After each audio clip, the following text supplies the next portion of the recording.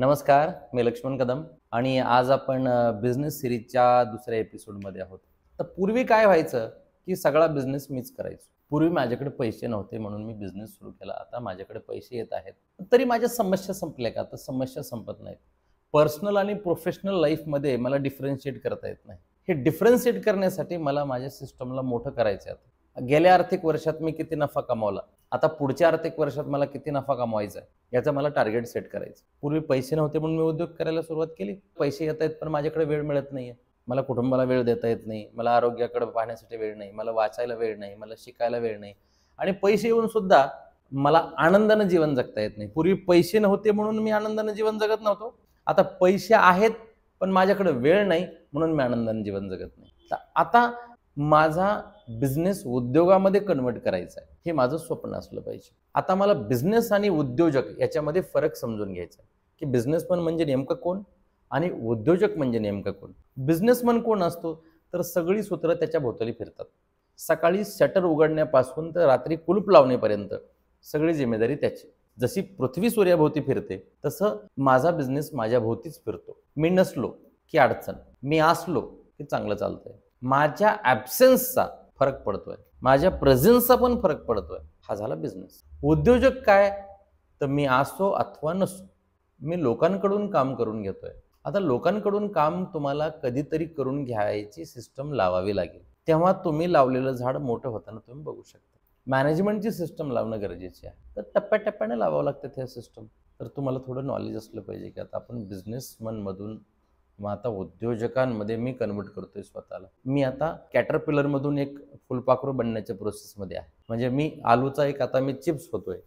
तर हे अवघडही नाही पण तेवढं सोपंही नाही आहे. यासाठी काय करावं लागेल तर मला सिस्टम ओरिएंटेड काम करावं लागेल. पूर्वी मी एकटा करत होतो, आता मला लोक लागतात. पहिलं सूत्र काय?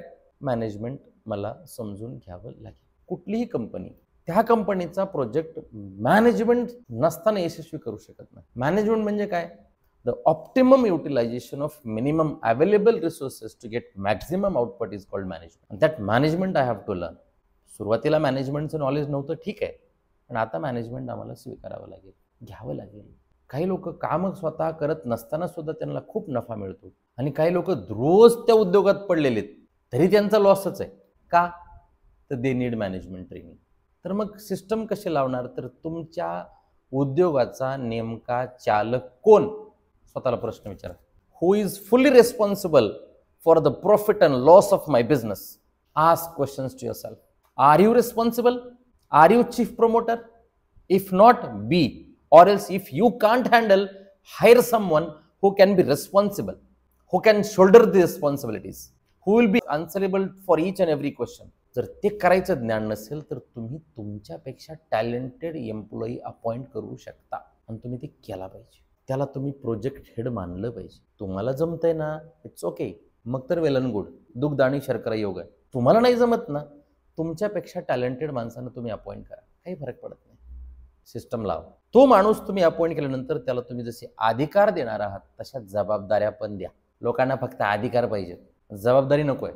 Give me some rights. What about the responsibilities? जबाबदाऱ्या पण तुम्हाला असल्या पाहिजेत. तर त्या माणसाला नफ्या तोट्याला जबाबदार धरा. जो चीफ प्रमोटर आहे, गाडीला धक्का लागला, तुम्ही कुणाला जिम्मेदार पकडणार आहात? ड्रायव्हरला. तसं कंपनीच्या किंवा तुमच्या उद्योगाच्या नफ्या तोट्याला तुम्ही नेमकं कोणाला जबाबदार पकडणार आहात? आम्ही जबाबदार पकडतो निसर्गाला. खूप ऊन पडले, खूप पाऊस पडला, पहिल्यासारखी मानसिकताच राहिली नाही. तुम्हाला काळाची पावलं ओळखून तुम्हाला तुमच्या बिझनेसची टार्गेट सेट करावे लागतील, तेव्हा सिस्टम बसते. अशी सिस्टम बसली, तुम्ही लावलेलं झाड हे तुमच्या ॲब्सेन्समध्ये पण मोठं झालं पाहिजे. याला उद्योग म्हणायचं. उद्योगाचा कणा हा अकाउंट असतो. Account is the soul of the organisation. कुठल्याही कंपनीचा, कुठल्याही धंद्याचा आत्मा म्हणजे त्या कंपनीचं अकाउंट. गेल्या वर्षी आणि या वर्षी नफा किती झाला आणि यावर्षी किती होणार आहे, गेल्या वर्षी लॉस किती झाला, यावर्षी किती होईल, हे तुम्हाला कुठं समजेल? अकाउंटमध्ये. मग तुमचा अकाउंट मॅनेजर टॅलेंटेड आहे का? तर तुम्हाला टॅलेंटेड अकाउंट मॅनेजर घ्यावा लागेल. नंतर तुम्हाला तुमच्या सीएच्या संपर्कात असलं पाहिजे. सीए हे स्टॅच्युटरी कंप्लायन्सेस पुरतेच नसले पाहिजेत. त्यांनी उद्योगाला आणि त्या उद्योजकाला मार्गदर्शन पण केलं पाहिजे. जनरली CA लोक मार्गदर्शन करत नाहीत.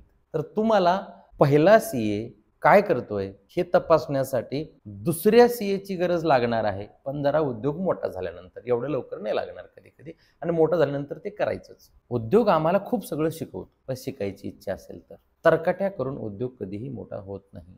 यशस्वी लोकांच्या यशाच्या कहाण्या आम्हाला मोटिवेट करतात, त्याचप्रमाणे आम्हाला अपयशी लोकांच्या कहाण्या सुद्धा आत्मचिंतन करायला लावतात. असं असेल तर 100% आम्हाला आमचा उद्योग मोठा करता येईल. तर चला, आपण आता बिझनेसमन मधून उद्योजकांमध्ये शिफ्ट होण्याच्या प्रक्रियेची पहिली स्टेप समजून घेतली.